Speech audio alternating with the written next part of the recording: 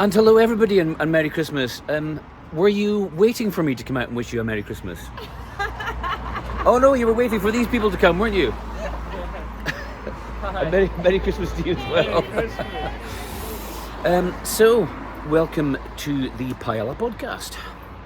I'm Duncan Chisholm, although you probably can't tell because I've got my silly Christmas stuff on and I've got a camera tripod that's kind of that's collapsing on me. So here's the restaurant. It's next to the castle. There's the castle, and any minute now, the castle is supposed to be having its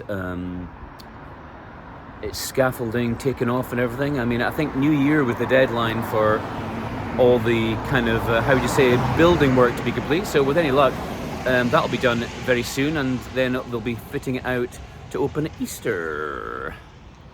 And as if you really wanted to know, there's the view down the other way towards Loch Ness, which looks maybe slightly brighter. Anyway, today I've got a Christmas special, and who better for a Christmas special than a couple of friends? So join me for a wee chat with a couple of friends. A wee catch up with Tez and Sandra, in fact, who you might have seen on here before. And if you're wondering who Tez and Sandra are, that is them there. And I think that's enough of the glasses. I think I've done the full Christmas bit. So welcome and happy Christmas. Absolutely. And happy Christmas to everybody else. I might take the hat off now as well. I'm just if my bauble catches fire, that would be a disaster for everyone. I know. I wonder if Santa ever has to think about these things.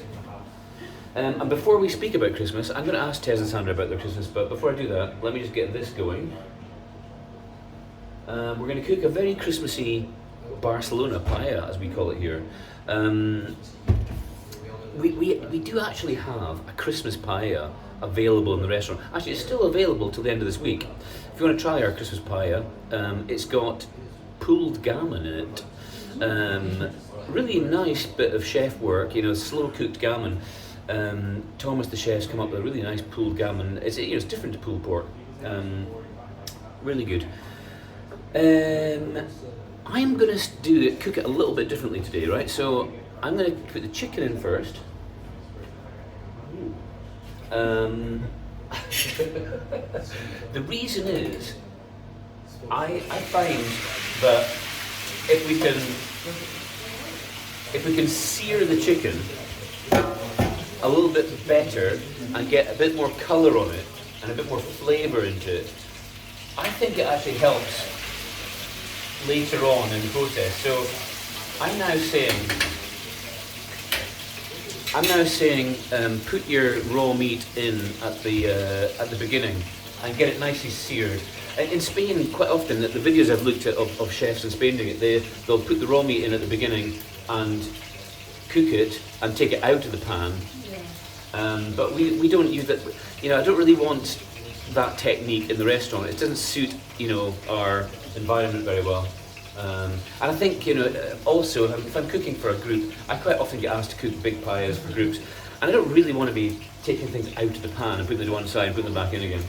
I want to try and keep the recipe into sort of a one pot dish. So for that reason, I'm going to just try searing the chicken, see what happens before I go to the next stage. So what was Christmas like in the Watson house? Well, our children are adults. They both live down south. Yeah. And they both work. And it's very hard to get them home for Christmas.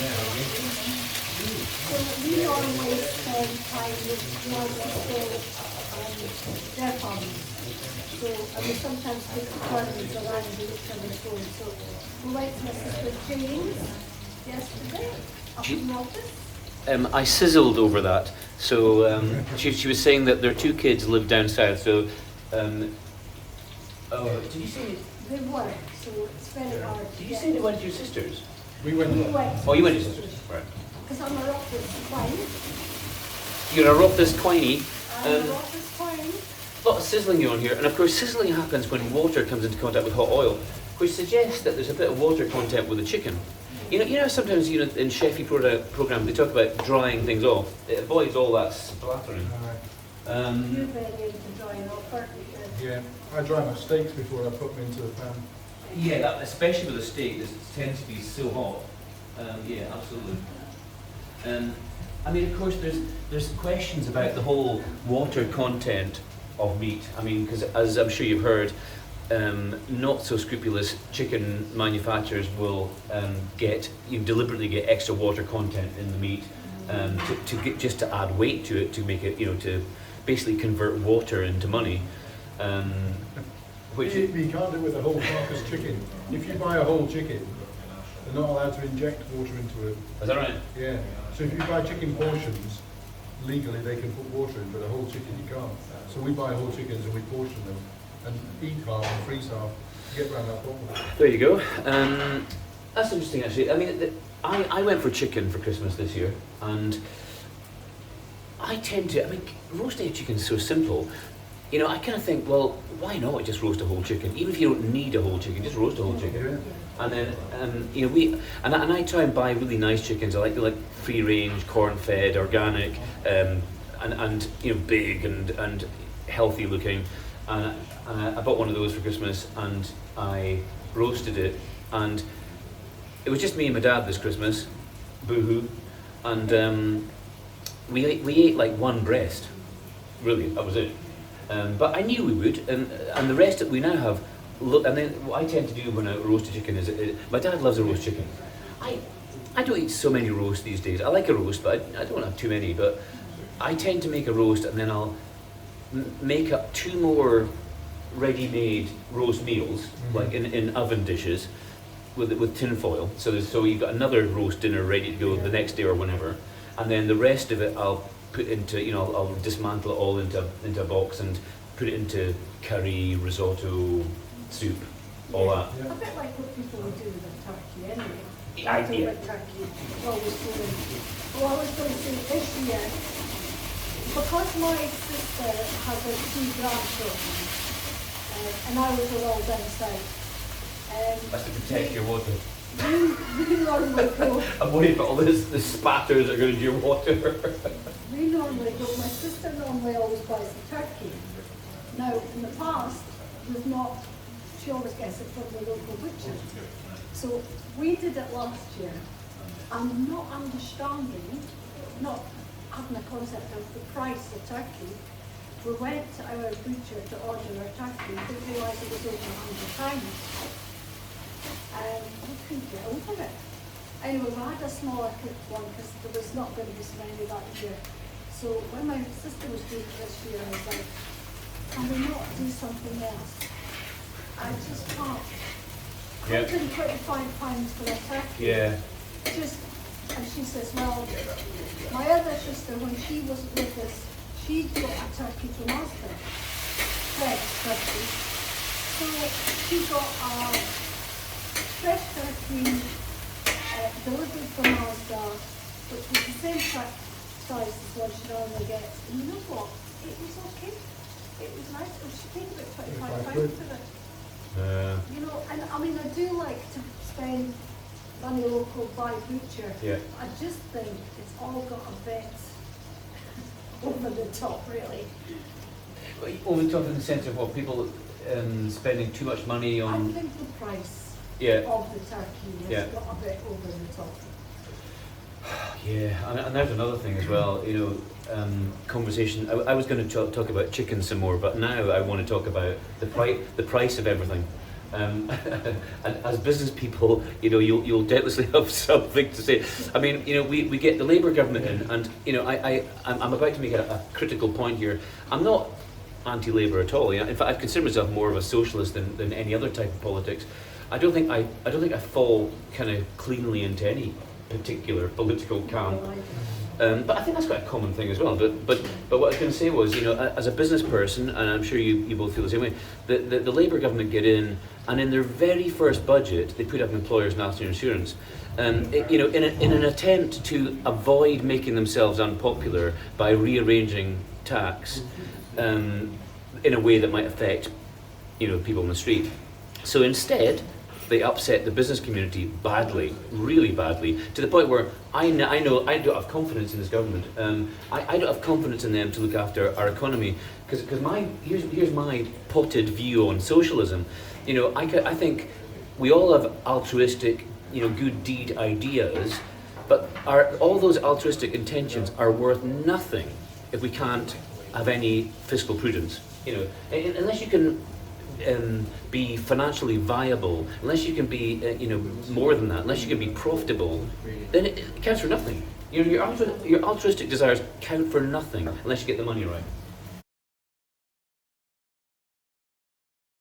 No, don't make a fuss. Don't, you know, I can manage. You know, and this Erskine Centre that's opening in Florida has kind of opened the conversation and made me realise that there are actually a lot of people out there who need support but won't ask for it. But package it in the right way and give them activities to do where they can congregate. But it's also an opportunity for them to be in conversation with their support workers. Oh, you know, you're entitled to this, or you can get help with that. Because particularly men, and let's face it, the military has got a very strong male cohort. Traditionally, the military is a bit sexist, for sure. But men generally in society are more unlikely to ask for help. There is actually quite a large amount of female Yes. veterans Yes. in our area, actually. Actually, the military is quite a good kind of counter argument. I mean, I've got a thing about equality in childcare, as you know. You know, I think we have serious problems in our society in our attempts to be equal with regard to childcare. But the military, if you like, is the exact opposite, isn't it? It's sexism the other way around. You know, where it's got a long way to go to achieve equality in that area. It's changed quite a lot. It's changing. I know it's changing. It changed quite a bit. I had a 20-year gap, and I think it was transformed by the time I went back the second time. But there's like lots of things. Sometimes it goes a bit too Too far far. one way at times in some Yeah. respects. We won't get into the woke argument. Well, that is a conversation we could have at length. Yes. Oh crikey, that makes me think of lots of topics of conversation. But let's not do that, because I want to talk about the Erskine thing. But before we do that, let's just continue with the cooking. So here's my new way of cooking my Barcelona. So I've seared the chicken, and I've got some colour on it, as you can see. It's quite large pieces. Thank you. Thank you. Well, I thought I better go large. On purpose. Better go large for the Watsons. I tried that, and I got criticism. Oh, these pieces are awful big. And mine were half the size of that. You're not going to. My pan was not big either. But there is a good cooking point to be made there. Obviously, the length of time you spend searing the meat is directly proportional to how big, That's true. the size of the meat. So I give that a fair bit of time for searing there. Mind you, I'm not at maximum heat either, so I've done that quite slowly too. Just get a bit of colour on it like that. So that I'm happy with, but I'm not going to take them out. I'm going to now continue with the dish. So if you like, this is me now moving to where normally I'd start off, which is the sofrito, which is your onions and your peppers and potentially tomato, as I always say. We're experimenting with new things in the restaurant at the moment. I think we're going to bring tomato into our sofrito. Because I like the effect it has. The reason we don't generally do it is because it adds 10 minutes at least onto your cooking time. Oh, right. So, because you have to, you know, it takes longer to cook out the sofrito with the tomato puree, blended tomato in it. That's another one I want to experiment with. I want to try adding a little bit of puree to see what effect that has on flavour. So in the new year, you know, just to intensify the tomato flavour a bit, see how that goes. The Spanish tend not to like that. You know, the Italians love their intense tomato. in Spain they love their tomatoes too, but they don't go for as intense a tomato. It's more of a kind of tomato juice kind of that they prefer in Spanish cooking.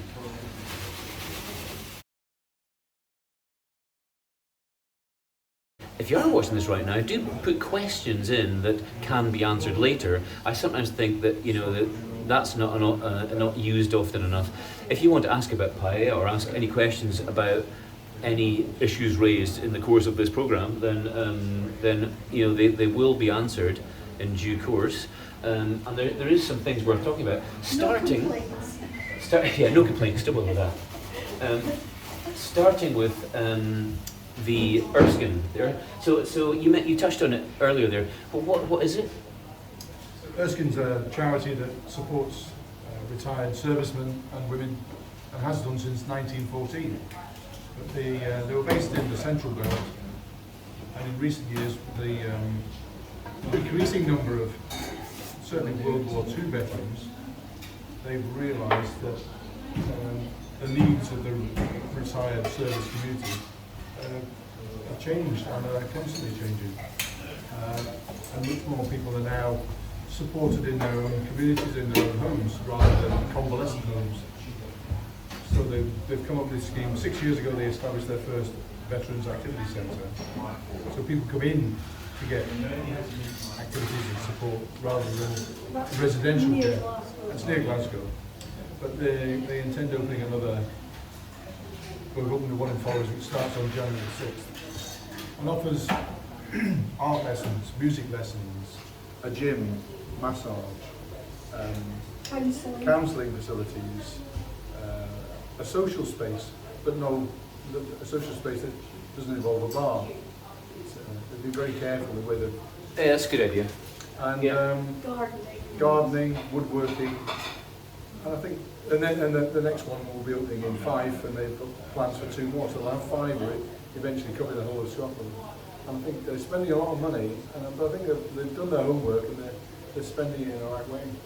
You said something about it earlier that got my attention. You said that, did you say maybe, or they do offer advice on how these veterans might go about navigating social services or?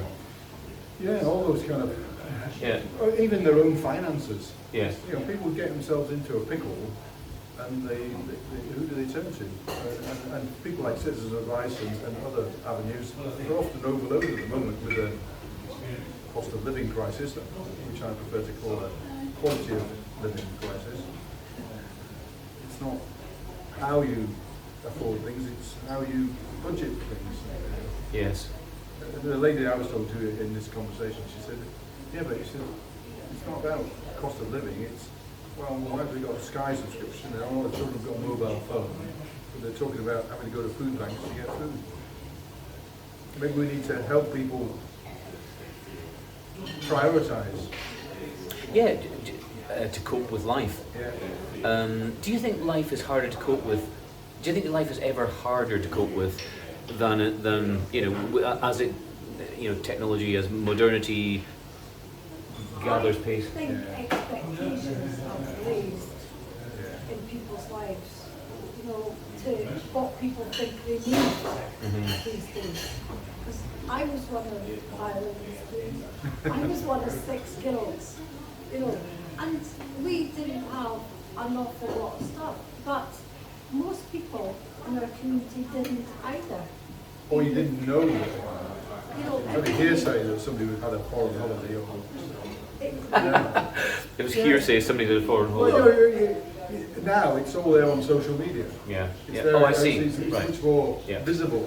But people didn't really go on holidays. Maybe went to their grannies, or maybe were auntie who's younger, took us to caravan once. Or you went to Gairloch in the case of most Invernessians. Yeah, and we didn't. Most people in the street didn't have cars.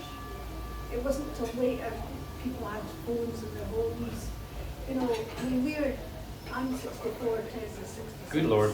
We're of that generation where when I was young, we didn't have a TV, and then we all had 2 channels to start with.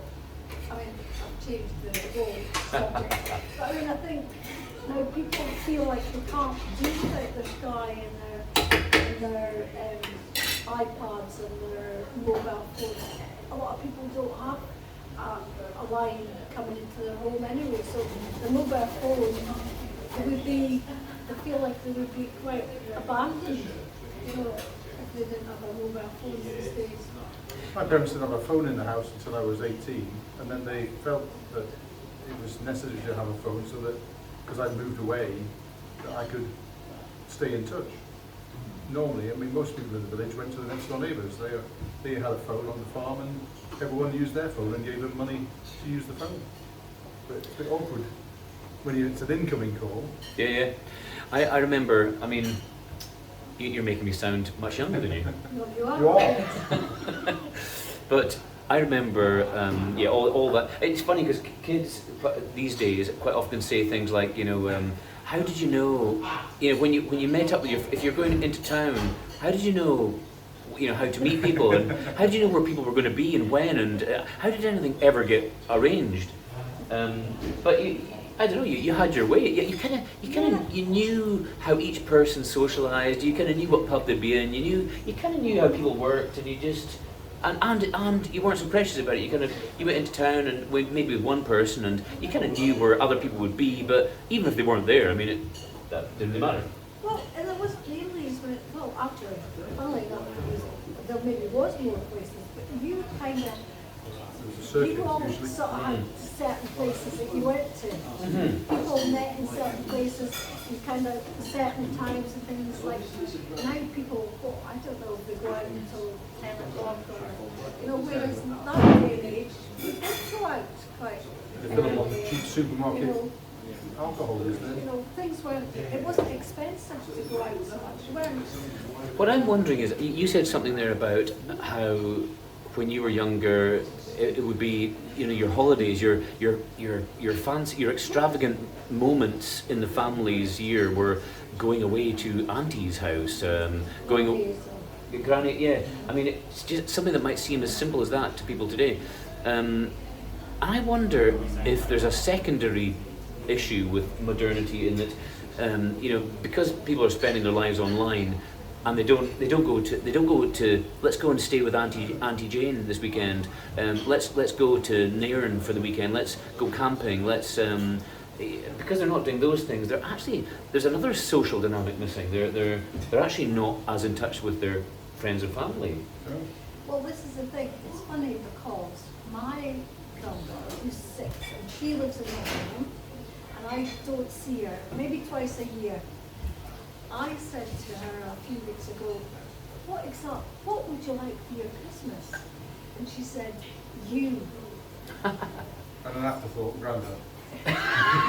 No, when she spoke to You, but not Grandad. No, when she spoke to her uncle, he says, what would you like the most for Christmas? And she said, Nonna and Grandad. So it's still a desire in there to have all this communication and spend time. Of course, it's instinctive. And she loves, she got so many gifts. She was getting a scooter, so we were buying her the helmets, but it wasn't coming till after Christmas. Yeah. She got some boots that she was going to get a dress, but they couldn't find a dress, so that'll be coming later as well. And So she had all these things she was expecting for all Christmas. these things, and tons of things from her side. But when she was opening her again, she said, I know this is the best one. Because it's from Nonna and Grandma. Things are really special. I think we've got to remember.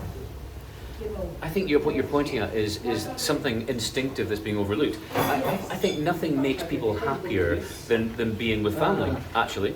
Just spending time with family, something that simple and seemingly, kind of effortless.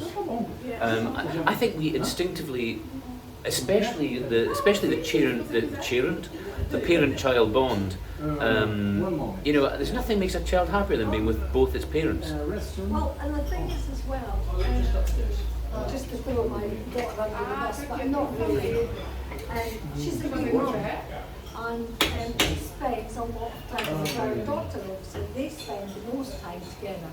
And she was saying that sometimes she's really cheeky to me, and sometimes she won't do what I want her to do. I was thinking, that's partly because you are such a good mum, and you spend so much time together, and she feels really safe with you, so she can be herself. So when she wants to be, when she's not feeling great or she's not moody, she can feel free to be like that. Sometimes you don't want to be like that with your dad, who's just there occasionally, and I think that is a sign of a good relationship. Yeah, you're comfortable. So, yeah, you're comfortable with that person and you can be yourself. Yeah, that's part of the joy of being with family, isn't it? It's a very comfortable relationship. It is, and all the bad stuff obviously at Christmas, don't it? And it's a kind of unconditional relationship, isn't it? Yes. It's that kind of, I can be myself, and no matter what happens, I'm not going to lose this friendship. No. And it's like Shannon, who's 40, who I know very much as well, and he always says, "You're my best friends." He phones us every day. Our daughter, they'll phone us sometimes every day and just tell us everything, and we try and be, just unconditionally loving, and what better a message for Christmas than this? Is this not the essence of what a family Christmas should be? should be, We have our imperfections like everybody else. Alec, can you ask the kitchen for my stock, please? You get the glaze. Oh yeah! Behind the bar today we have Alec and Richard. Richard, who we love very much, is leaving us. I can't believe it. We knew this was going to happen. He did warn us of this even before he started work here, that he has other plans. Can you believe he's got other plans in his life? So he's off to pursue them, off to Edinburgh. So we have a new guy started. Hello, Ben Parker. Ben, also talented young man, has other plans in his life. So he's only going to be with us for a wee while too. But we're enjoying Ben so far. Well, he's only done a few shifts. is he moving on to music? You were saying Maybe, yeah. I haven't got the full story out of Ben yet, but I know he has ambitions about his music. But like all artists, I think you've got that dilemma of, you've got to pay the bills, so to speak. So you have to kind of compromise the time you spend in music with the time you spend doing a job. So how you resolve that, I don't know. I haven't got to know the full plan from Ben yet. Deglaze the pan. Oh yeah. Could be transformative, you don't know. Here's the first. Before I do this, let me show you. You can see the kind of what's in the pan. You see a bit of kind of, you can see a bit of kind of browned meat and vegetables there, worthy of deglazing.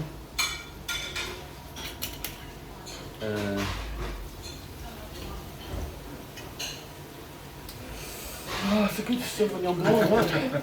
Well, we say you should only cook the red wine. It's good enough to drink, it's good enough to cook with. So, when you, what's been your current wine delights over the festives? Well, Oh, cheers. I tend to remember what we like. Oh, we have a nice bottle of Cune Rioja. Oh, it's Spanish. Well, Yeah. Cune are a well-known Spanish bodega and quite expensive. Yeah, it was a slightly reduced in price at the gamble spot. I'll spend a bit more money than I usually do, but it was really worth it. So it's a Crianza. It was a Criantha. Yeah. Quite often I find Crianthas are more enjoyable than the Reservas. The reason is that apparently the sort of tannins and flavours of the oak have softened by the time it gets to the Reserva, and in some cases. I quite like the kind of the younger, more aggressive flavours of the oak aging process. Not in every case, but in some cases I prefer that. Sometimes the Reserva can be so subtle that it's too subtle for my taste. I'm not very keen on the too oaky. Right. We found an inexpensive but very delightful. Is it a Rioja as well? Because Kingpin. Tez works opposite the co-op forest, My first port we call for wine. find that they have a really good selection of your middle kind of wines, Yeah. middle priced sort of wines, and we've had quite a few nice, just easy drinking. You know, we tend to just have an easy drinking sort of. We're not really much of a wine connoisseur, are we? No. It'd be nice. I mean, if we lived locally, we would probably come more to your wine things. Yeah, we've got nice wine tastings at the end of the month. We had a lovely one last week. Yeah, last week. That was lovely. Max from Alliance did that one.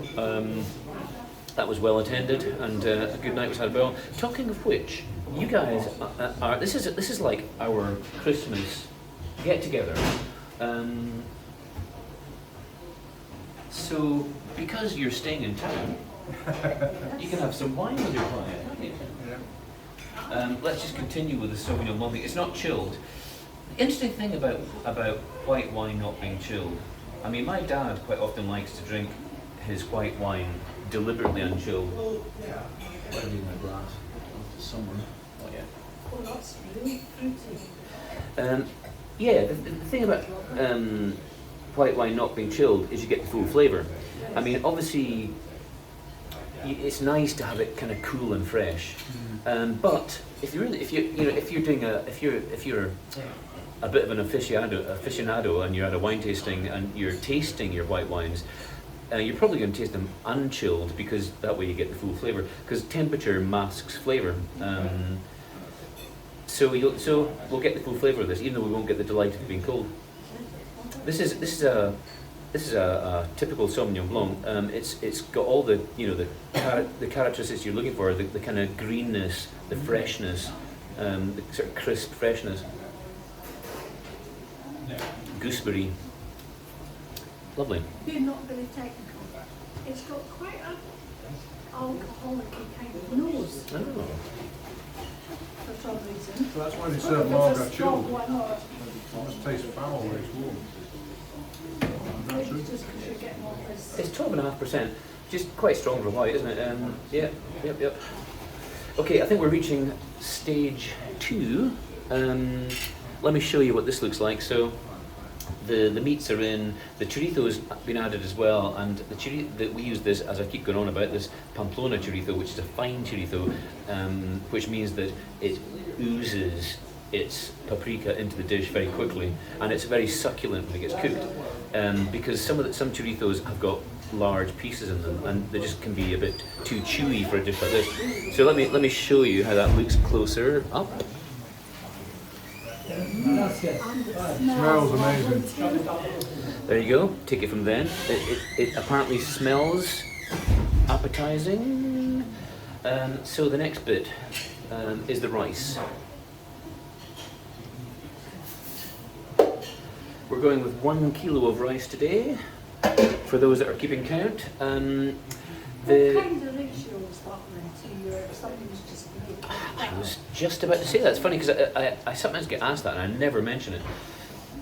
The industry standard with rice is 75 grams per person of raw rice. In La Tortilla, we tend to offer people a bit more than that. But a kilo, if you do the maths on that, a kilo divided by 1,000 divided by 75 is.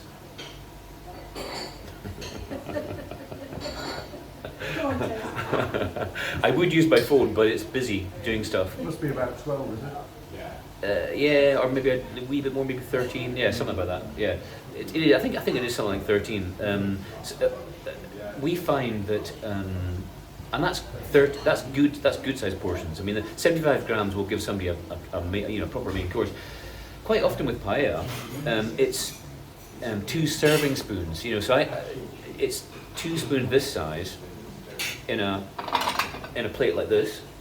So and paella is such kind of party food that it's kind of like 2 spoons and you standing about with a fork. It's just a little bit smaller, a little bit more casual, and we always start off by giving people 2 serving spoons, and then it's always better to have something to go back for, rather than loading up people's plates and then some people just not finishing the plate.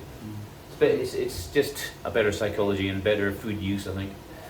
And what amount of chicken is that? Is it a kilo of chicken? Yeah, the rule we have in La Tortilla is that the main ingredient, which in this case is the chicken, is the same weight as the rice. So it's a kilo of chicken to match a kilo of rice. Good point. There's a few rules of thumb that we have for these kind of things. And in terms of your peppers and chorizo, is that about half? It is, I can't remember off the top of my head what the current vegetable thing is. Is it? Volume-wise, it looks lesser. Yeah, well, it is. I think it might be half the main ingredient weight. I think it's half. It's good to have ratios. Yeah. You can scale things up and down in Yeah. ratios rather than weights. Yeah, could make different paellas, but you know kind of what the main amounts are, and you can Yeah, and also from a chefy point of view, you can't. Chefing is all about being able to recreate, with accuracy. It's being able to cook something knowing what is going to happen, and you can't just go into something kind of guessing if you're cooking commercially. So you need to find your way to be certain about what's going to happen. So you have to have ratios. I'm laughing because I'm not a great cook. Why would that make you laugh?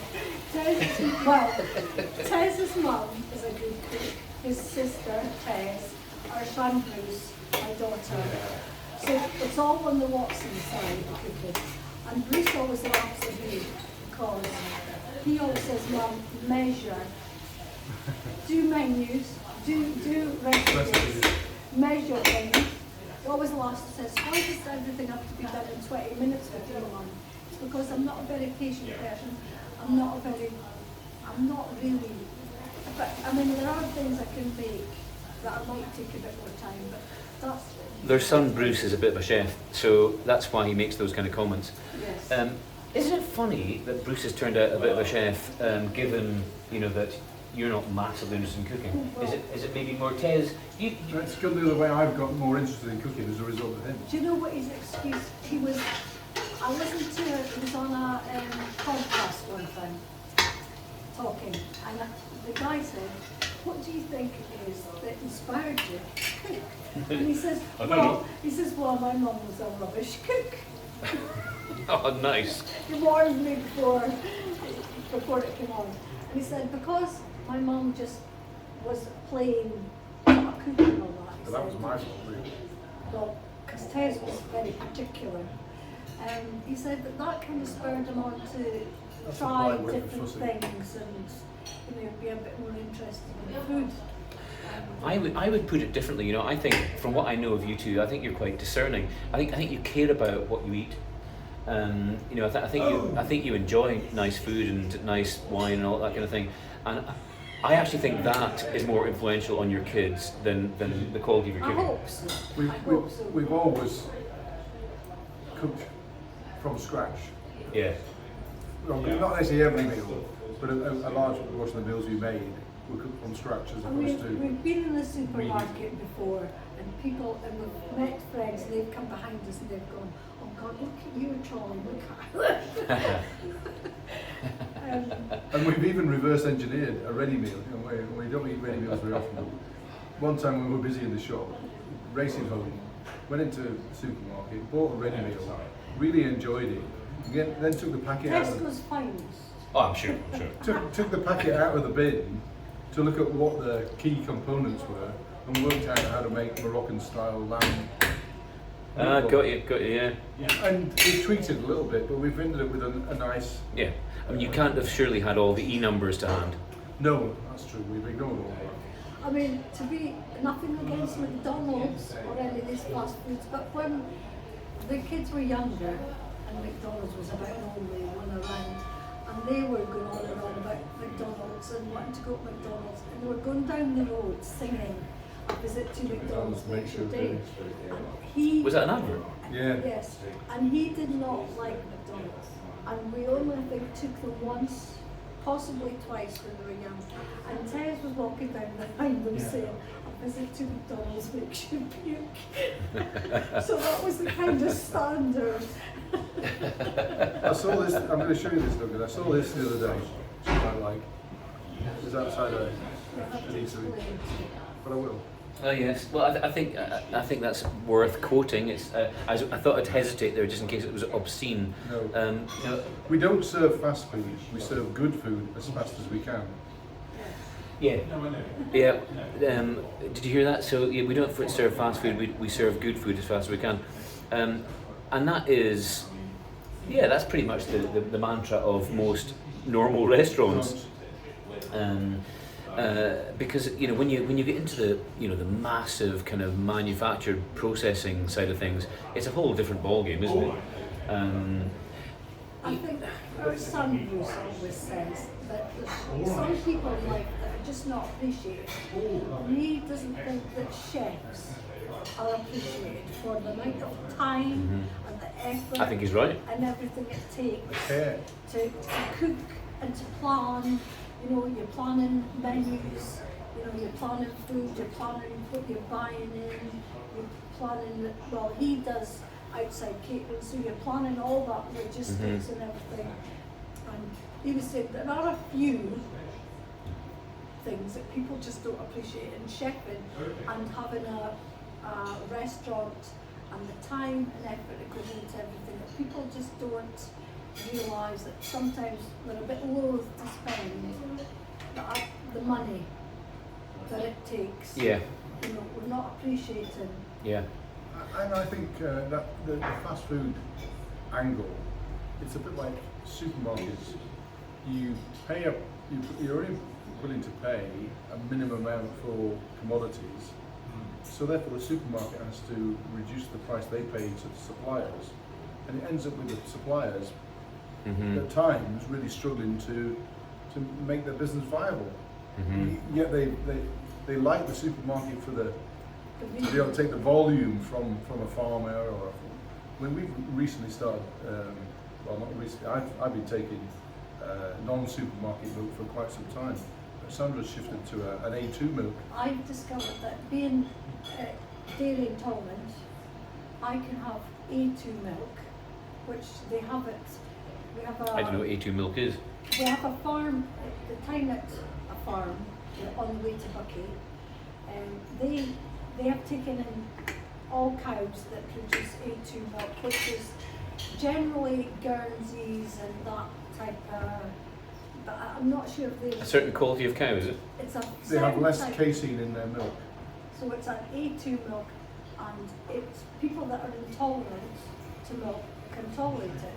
So I discovered it about 2 months ago, and I can tolerate it. And the calves stay with the mums for much longer. Nice, yeah. They only- No more of them. They only take 50% of the milk from the cow, and they only take it when the cow is in calf. Ah, okay, now that's making sense. So there's a whole natural vibe to this, yeah. So it does increase the cost because you're not injecting the cow with some kind of hormone to keep it Got you. producing Got milk. you. Yeah, Which yeah. supermarket milk tends to be biased that way because it's driven by productivity and price. So my son always says I've got ADHD, but I'm just going to believe that. My son always says I've got ADHD, but I can't remember what that was he said. I'm looked into that one. Now I forgot what it is. You definitely have ADHD. I suffer from the same thing. It's certainly not old age, that's for sure. It's ADHD. And obviously your mind has moved. Always been a wee bit.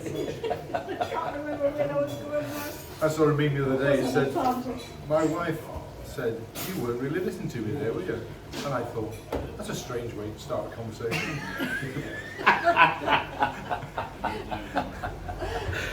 Happy husbands are a bit guilty of that one, you know.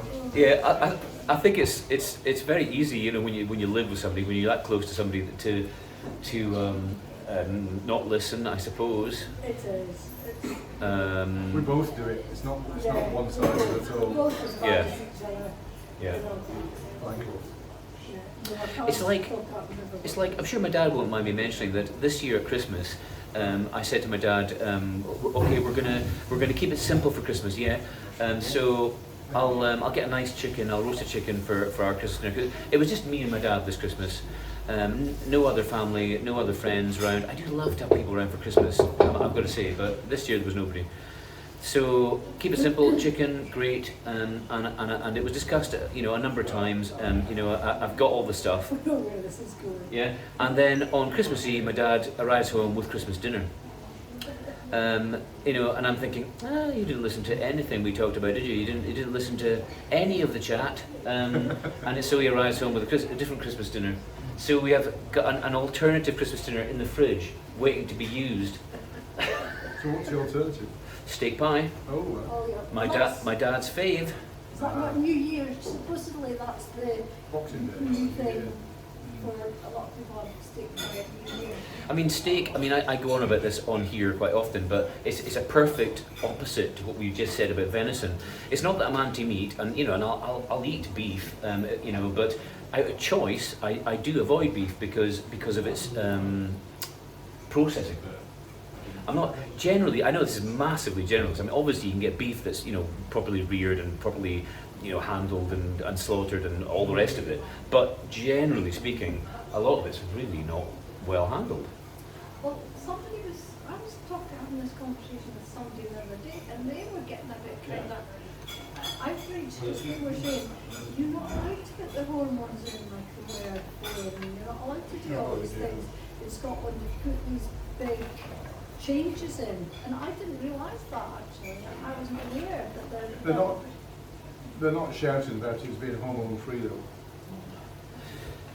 Yeah. Whereas we've got a butcher in town and they've got a big sign in the back. Is that of the Macbeth? shop. Fraser's. Fraser's. And Macbeth are the same. Hormone free. Shout out to Macbeth. Yeah. They've got a new shop next door now as well. They've got a scoop shop. All right. Yeah. They call it refill store. Really good. And homemade, not homemade, but they've got a micro bakery doing bagels and what else do you see? can't remember. Oh, So far, I'm coming to visit you. Forest High Street at the moment is buoyant, really it's buoyant. buzzing. Every shop Every shop unit is full. Or the new people coming in, it's changed. Some of them have changed hands, and it's amazing. Do you think a tapas bar would go down well in Forest? Yeah. Well, we'd be there. I took the writing group. It took 16 of us to a restaurant which is primarily Latvian, well, the Latvian owners. Oh, wow. And there was no turkey on the menu for Christmas. There were Latvian style Christmas dishes. And I thought it was a bit of a gamble, but I've had so many plaudits from my friends saying, really glad we went there because we tried something that, wasn't standard fare. Yeah. And it's nice to have something different. I think that's a big part of what we offer here in Latvia. We're offering a very different medium of eating. Yeah. What was the Latvian thing? They got a few goulashes. Oh, of course. But they did pork goulash rather than like the Hungarian beef. Yeah. And something else. But about 7 people had potato pancakes with either smoked fish or smoked meat, and they said they were just, I think Off the maybe chart. just the right place that you can have a tapas bar in Forest. Oh, we must talk about this after, because I'd like to open a new restaurant. So, anybody watching that has any ideas for where we should go next, post them on here and I'll respond to them. I really would like I it. think Forest is really thriving at the moment. It's like a lot of people have been complaining that Elgin is, got too many shops that are not being used or too many areas. Would you finish this off? You guys are not trying very hard, are you? they're trying to be. Talking too much to say. Anybody would think that it's, not Christmas. We've got a quarterly kind of farmers market now in Forres as well. We had the first one just before Christmas. I forgot about this. Well, I forgot until now, at least. This Athel Bros made by, who's the lady? Michelle. Did you say Michelle? Yes. Michelle. And available at the farmers market aforementioned? No. She just made Just it a as friend. a friend. Oh. So any comments on Athol Bros would be good too. I'm going to have to edit this podcast. It's gone over an hour. I have noticed when I try and post it that Facebook doesn't like videos over an hour. What bit are we going to take out of this? And there's a wee The story. ramblings at the beginning. There's a wee story to go with that. Quite a quick wee. Yes, apparently the Duke of Athol, he poisoned his enemies' well with Athol Bros. Oh, I see.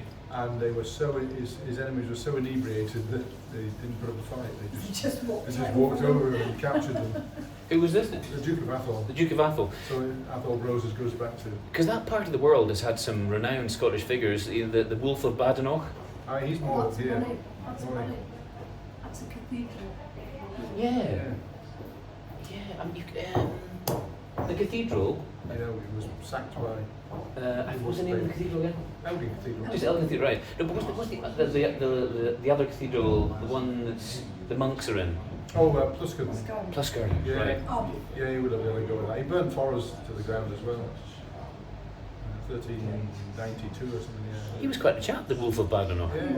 Yeah. I once went to I forgot the name of it now.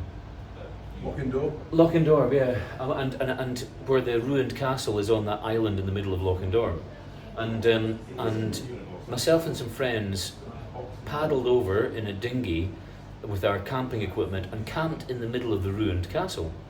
You know, when I think about it now, I think, were we nuts? I mean, I can't believe I ever did that.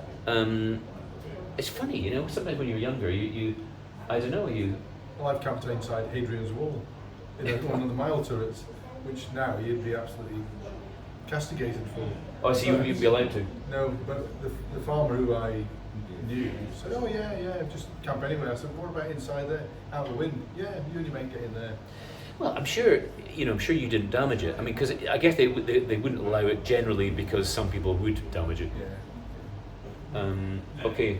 I think the recipe for that is oats, I was just about to ask that. Oats kind of. cream or milk, we think. I'd like somebody to message in about the bros, because my grandfather used to be an oat miller and he talked about bros, oat, the residual kind of pieces from the milling process which was used for bros. I presume it's this. Yeah. It's like a powder. Yeah. That's why you've got that sediment at the bottom. You've got to shake it to. So it's that It's oats, got whiskey. honey, I think, we believe. I'm going to have it straight from the bottle. It's milk urn shaped, which is quite appropriate, isn't it? Yeah. So honey, what do you say? Oats. Yeah. Oats, honey, whiskey, or milk or cream, we Ooh, think. get the whiskey. Cream. Somebody said honey. it's like a liquid Cranachan. canned. I don't think there's any fruit in there, but I might be wrong. I mean, I don't know if Cranachan always has to have, say, fresh raspberries in it, No. but it seems to. Raspberries are very Scottish, aren't they? I mean, you could make Cranachan with blueberries or blaeberries, couldn't you?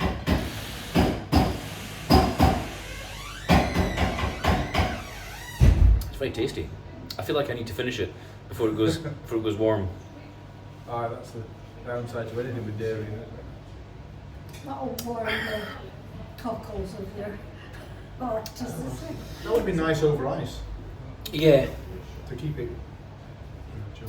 yeah. Actually, in a bar, serving that over ice, and selling it on its local fresh properties would be quite a good one Yes. as a kind of a festive cocktail. What else could you have with that? I mean, you could put Gleva in it instead of honey. Yeah, and you got two ingredients for the price of one there. Stag's breath. Do you like Yeah. Another nice place, another good local restaurant, 112 in Nairn. Hello to Kathy, I think Kathy used to be a wine rep back in the early days of Latertia here. I know her from that. Oh, so that's why they've now got the grape monger then. Oh, did they have a grape We monger? got Yes. a bottle shop 2 doors up. Yeah, because Right. Kathy knows her wine, yeah, and I think that goes hand in hand with a tapas bar type thing, because it's kind of like a tapas bar wine shop, isn't it? As well, lovely place, and so maybe the logical place for me to open another Laftia would not be Nairn. Although there's very few tapas bars around, to be honest. No, there isn't. And that was the one when me and Tez did were Carnino, which was in the car, no walking or cycling involved. The place that always stays in my mind is when we went to Madrid, and there was a big, huge tapas bar there, in like an old market place. And they had every tapas you could think of, going from meats to fish to... It was called the, well, my Spanish is not great, but it was the Market of St. Michael, San Miguel. Big, bit like Victoria Market here, big wrought iron or cast iron structure. So they removed all the market. Huge place. And put in little tiny tapas bars, and in the middle, a wine, a wine bar, and seating. So you wandered around the market, chose your starter, your main course tapas, and your pudding. Then you went and bought a glass of wine, sat down. Love it. Amongst people you didn't know. I love it. The new food court area in the Victoria Market in Inverness could be that, couldn't it? Yeah. Yes. It's, I mean, it's nicer. It's working now, I think. When did we come last to Inverness, and we went in there, and it was full of like people our kind of age, and they were in there eating, and there was music playing, and they were eating the cats, and there was talk, and it had a right atmosphere about it. It's good, yeah. The Victoria Market in Inverness is beginning to work really well.